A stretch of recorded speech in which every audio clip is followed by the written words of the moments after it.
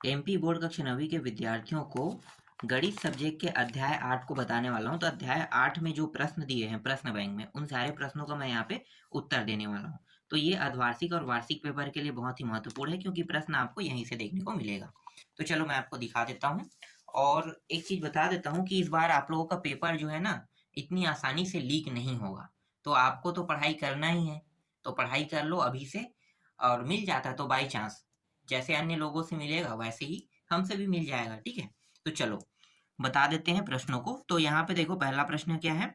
वह चतुर्भुज जिसकी सभी भुजाएं समान हो और कोई 90 अंश के बराबर हो कहलाता है, वर्ग कहलाता है।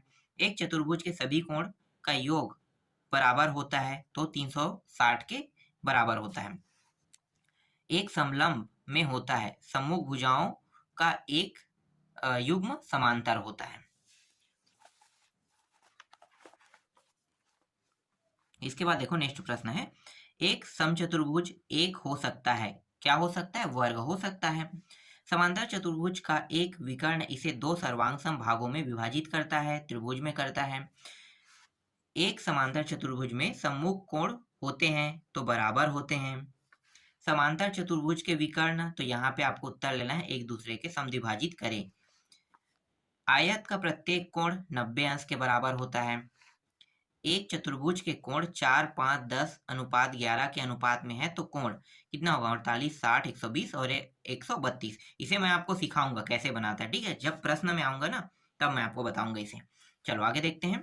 यदि ए बी सी डी एक समचतुर्भुज है, तो जिसमें ए बी समांतर सी डी और ए डी बराबर है बी सी के, तो इसमें कौन सा नियम फॉलो होगा, तो कोण ए बराबर है कोण बी के, ये नियम फॉलो होगा। समांतर चतुर्भुज के लिए निम्नलिखित में से कौन सा सत्य नहीं है, तो विपरीत कोणों को विकर्ण द्वारा विभाजित किया जाता है, ये असत्य कथन है। एक चतुर्भुज के तीनों कोण 75, 90 और 75, तो चौथा कोण क्या होगा, तो चौथा कोण होगा 120 अंश होगा, क्योंकि चारों कोणों का योग कितना होना चाहिए, 360। तो घटाएं, मतलब इन सभी को जोड़ेंगे तो 120 की कमी होगा, तो 120 उत्तर रहेगा। ए बी सी डी एक समचतुर्भुज इस प्रकार है कि ए सी बी बराबर 40 अंश है, तब ए डी बी कितना होगा, 50 अंश होगा।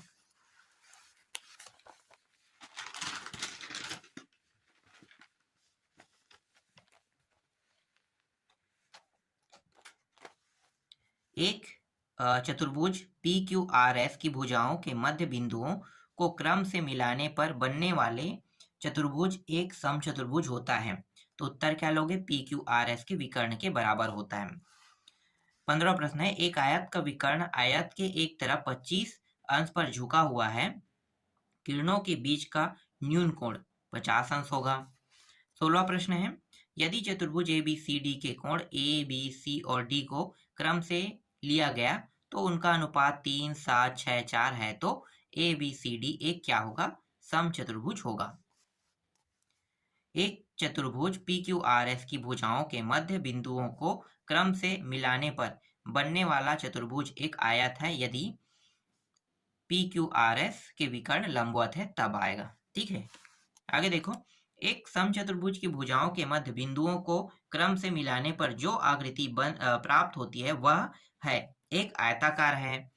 यदि ए पी बी और सी क्यू डी दो समांतर रेखाएं हैं, तो कोणों के द्विभाजक A P Q, B P Q, C Q P और पी क्यू डी बनते हैं। उत्तर क्या लेना है, आयत लेना है। निम्नलिखित में से कौन एक चतुर्भुज नहीं है, तो त्रिभुज को लेना है। किसी चतुर्भुज के चारों कोणों का योग कितना होता है, 360 होता है। यदि एक समांतर चतुर्भुज के विकर्ण बराबर हो, तो वह होगा क्या होगा, आयत होगा। अगला है, यदि एक चतुर्भुज के विकर्ण बराबर हो और परस्पर लंबवत समद्विभाजित करे, तो वह होता है एक वर्ग होता है। तो उत्तर में क्या लेना है, आपको एक वर्ग लेना है। वर्ग एक आयत है, तो एक समचतुर्भुज भी है। इसके बाद रिक्त स्थान देख लेते हैं। पहला प्रश्न है, एक समांतर चतुर्भुज में सम्मुख भुजाएं क्या होती है, बराबर होती है। यदि एक चतुर्भुज के विकर्ण एक दूसरे को समद्विभाजित करे, तो वह एक खाली स्थान होता है, तो वो क्या होता है, समांतर चतुर्भुज होगा। आयत का प्रत्येक कोण समकोण होता है मतलब 90 अंश का होता है। ठीक है, यहाँ पे 90 अंश भी लिख सकते हो। प्रत्येक कोण क्या होता है, 90 अंश का होता है। एक समचतुर्भुज के विकर्ण परस्पर खाली स्थान होते हैं, लंब होते हैं। एक समचतुर्भुज के विकर्ण एक दूसरे को खाली स्थान करते हैं तो परस्पर समद्विभाजित करते हैं। अब सत्यासत्य देख लेते हैं। देखो पहला प्रश्न क्या है, सत्यासत्य में एक आयत अथवा एक समचतुर्भुज एक वर्ग होता है, यह सत्य है। एक वर्ग एक आयत है और एक समचतुर्भुज, ये सत्य है। आयत के विकर्ण परस्पर समद्विभाजित करते हैं और बराबर होते हैं, ये सत्य है। वर्ग के विकर्ण परस्पर समकोण पर न तो समद्विभाजित करते हैं और न ही बराबर होते हैं, यह असत्य है। समचतुर्भुज के विकर्ण परस्पर समकोण पर समद्विभाजित करते हैं, ये सत्य है। इसी तरह से एक वाक्य एक शब्द में उत्तर देख लेते हैं। तो पहला प्रश्न है, किसी समांतर चतुर्भुज का एक विकर्ण उसे कितने सर्वांग त्रिभुजों में विभाजित करता है, तो 2 लेना है। यदि एक चतुर्भुज की सम्मुख भुजाओं का प्रत्येक युग्म बराबर हो तो उसे क्या कहेंगे, तो समांतर चतुर्भुज कहेंगे। एक समांतर चतुर्भुज के कोणों के समद्विभाजक क्या बनाते हैं, तो एक आयत। यदि एक चतुर्भुज के सम्मुख कोणों का प्रत्येक युग्म बराबर हो तो उसे क्या कहेंगे, समांतर चतुर्भुज कहेंगे।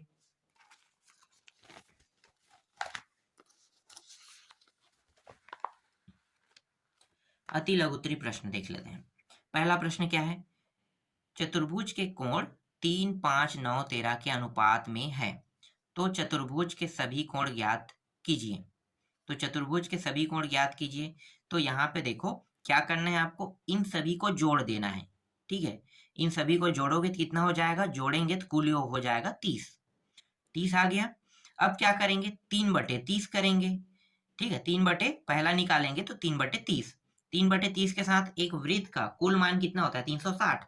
तो गुणा कर देंगे 3/30 के साथ। देखो जैसे 3/30 है, गुणा कर दिए 360 का। जब इसे काट फिट करेंगे तो 36 अंश आ जाएगा। इसी तरह से दूसरा में क्या करेंगे, 5/30, फिर गुणा कितने करेंगे, 360 का। तो देखो यहाँ भी वैसा ही हुआ है, 5/30 गुणित 360, फिर काट फिट करेंगे तो उत्तर क्या आ जाएगा, 60 अंश आ जाएगा। इसी तरह से तीसरा क्या है, 9/30 करेंगे, फिर गुणा किसका करेंगे, उसमें भी 360 का। फिर चौथा में 13/30 करेंगे और गुणित कर देंगे 360 का। तो देखो ये इस प्रकार से बना है, बहुत आसान रहता है ऐसे प्रश्न।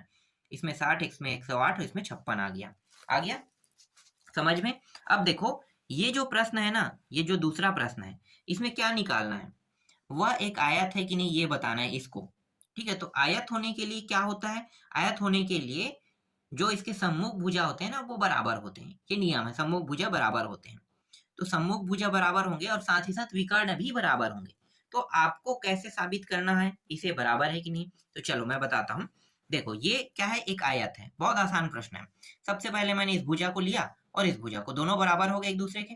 फिर ये भुजा और ये इसके सामने भुजा, ये भी बराबर हो गया जैसे कि यहाँ पे बताया गया है। अब मैं क्या करूंगा, कोणों को बराबर करूंगा। ठीक है, तो कोण को जैसे कि यहाँ पे एक त्रिभुज दिया है, यहाँ पे ओ बिंदु पॉइंट दे देते हैं, तो ये एक त्रिभुज है।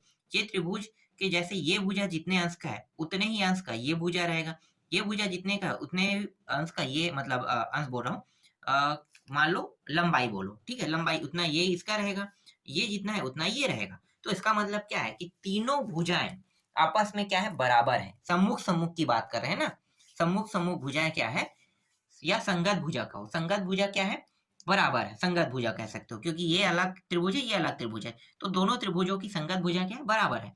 तो दोनों त्रिभुजों की संगत भुजा बराबर है, इसलिए भुजा भुजा भुजा नियम लागू होगा। इसे हम क्या कहते हैं, एस एस एस कहते हैं। कोण को ए से दर्शाते हैं। तो यहाँ पे जो नियम लागू होगा वो नियम लागू होगा, दिखाता हूं मैं आपको कौन सा नियम लागू होगा। देखो यहाँ पे एस एस एस सर्वांग सम के आधार नियम लागू होगा। अब दोनों त्रिभुजों को क्या कर देना है, बराबर आपको बता देना है। ठीक है, तो बराबर यहाँ पे, और ये समरूप बता रहा है, समरूप। ठीक है, समरूप का ऊपर चिन्ह है, ये बराबर का, इसका मतलब ये है कि भुजा बराबर है, ऊपर में समरूप लगा, इसका मतलब सर्वांग सम नियम लागू हुआ है। अब कोणों को देख लेते हैं। तो ये कोण और ये कोण 90-90 अंश का रहेगा, कोई भी कोण को ले लो, लेकिन कोण क्या होने चाहिए, दोनों कोण सम्मुख होने चाहिए, याद रखना सम्मुख। ठीक है, तो सम्मुख ये दोनों कोण बराबर हो गया। ये कोई भी भुजा ले लो, बराबर बता देना है। 180 अंश का दो कोणों का योग 180 अंश का होता है, ये भी बता देना है, यहाँ पे जैसे बताया है। बहुत आसान है। देखो इसके बाद क्या करोगे, इन दोनों को देखो, ये क्या कह रहा है, 180 अंश का है कह रहा है कोण को, ठीक है, तो मतलब ये 180 अंश है, दो कोणों का योग 180 अंश। तो यहाँ पे समीकरण 1 दिखाता हूँ, ये रहा समीकरण 1 निकला, समीकरण ये दोनों की क्या कर देंगे, तुलना। ठीक है, तुलना करेंगे तो एक एक कोण का मान क्या हो जाएगा, 90 अंश हो जाएगा। तो जैसे कि यहाँ पे देख सकते हो एक एक कोण का मान 90। अब एक चतुर्भुज में 4 कोण होते हैं, अगर चारों कोणों का मान 90 है तो कुल योग कितना होगा, 360। तो हो गया ना 360, इसलिए ये क्या है, ये एक आयत है। समझ में आ गया। अब इस प्रश्न में क्या बताना है, देखो सभी प्रश्नों को उत्तर देना तो थोड़ा लंबा प्रक्रिया है, तो मैं आपको इसके तरीके तो बता दिया। एक प्रश्न में आप समझ जाओ कि सेम टू सेम सभी प्रश्न बनेंगे। क्या बताना है यहाँ पे, देखो सिद्ध करना है वह एक समचतुर्भुज है। अरे भैया समचतुर्भुज का मतलब होता है वर्ग है, समझो इसे, वर्ग है। तो वर्ग साबित करना सेम टू सेम जो मैंने बताया वैसे ही इसको भी साबित करना है, कोई अलग प्रक्रिया नहीं है। समझ में आ गया है। तो देखो सिद्ध करना है, प्रमाण करना है, इस तरह से भुजा को, फिर वही नियम लगाना है, फिर ये देखो ये रहा। ठीक है, ये सब चीज करते जाना है आपको, कोई अलग नहीं है। इन लोग ना जबरन के ऐसे प्रश्नों में डाउट कराने के लिए ऐसे प्रश्नों को दे देते हैं, जबकि देखो कुछ भी इसमें खास नहीं है, सब वही है, सब के सब सेम टू सेम सॉल्यूशन है यहाँ पे। ठीक है, ये रहा। अब यहाँ पे देखो ये प्रश्न भी वही आ गया, फिर एक प्रश्न और, इसका भी सॉल्यूशन सेम टू सेम है। अब सॉल्यूशन अलग होता तो मैं बताता, सॉल्यूशन सेम है तो क्या बताऊं इसको। ठीक है, देख लो सेम टू सेम है, एस नियम लागू है, वही चीज है, बस एक को रट लो, उसके बाद बाकी को सेम टू सेम बनाते जाओ। ठीक है, जहां जहां पे स्टेप चेंज होगा उसे आपको समझना पड़ेगा। तो देख सकते हो, फिर पहला और दूसरा समीकरण की तुलना कर देगा तो फिर बराबर हो जाएगा, बराबर होने पर वही नियम लागू हो जाएगा, तो इस तरह से उत्तर आ जाएगा। बहुत आसान है। इसी तरह से पांचवा प्रश्न देखो, ये वाला प्रश्न भी इंपॉर्टेंट है। ठीक है, इसमें ज्यादा प्रश्न नहीं है, मैं आपको सिर्फ उत्तर दिखा देता हूँ, सेम टू सेम ये भी प्रश्न है। ठीक है, अब इसका भी सॉल्यूशन देख लो भाई, कुछ इस प्रकार से रहेगा, प्रमाणित करना ये रहा। ठीक, आगे दिखाता हूँ, और ये रहा। ठीक है, अब आधा जो है यहाँ पे है और ये आधा यहाँ पे है। ये बहुत बड़ा है, 3 नंबर के प्रश्न के लायक तो नहीं है, लेकिन यहाँ से 3 नंबर की सिर्फ प्रश्न आएगा और ज्यादा प्रश्न नहीं आएगा। तो मैं तो चाहता नहीं था कि ये इतने बड़े बड़े प्रश्नों को उत्तर दिखाऊं आपको, क्योंकि ये प्रश्न नहीं आएगा, जो भी प्रश्न आएगा छोटा आएगा, मैं छोटा में दिखा दूंगा। ठीक है, ये हो गया। इसके बाद ये छठवां प्रश्न देख लो, छठवां का मैं उत्तर दिखा देता हूँ। ये प्रश्न है, ठीक है, इसका उत्तर देखो। अब ये रहा, सिद्ध करना है कह के लिखा है वहां से, फिर प्रमाण को दिखाता हूं मैं आपको, ये प्रमाण देख लो यहाँ तक। ठीक है, इसके बाद 2 से देखो यहाँ तक। ठीक है, सातवां प्रश्न देखो, अब ये रहा सातवां प्रश्न,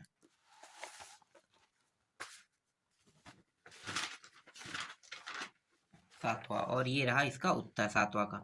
फिर आठवां प्रश्न देखो, ये रहा आठवां।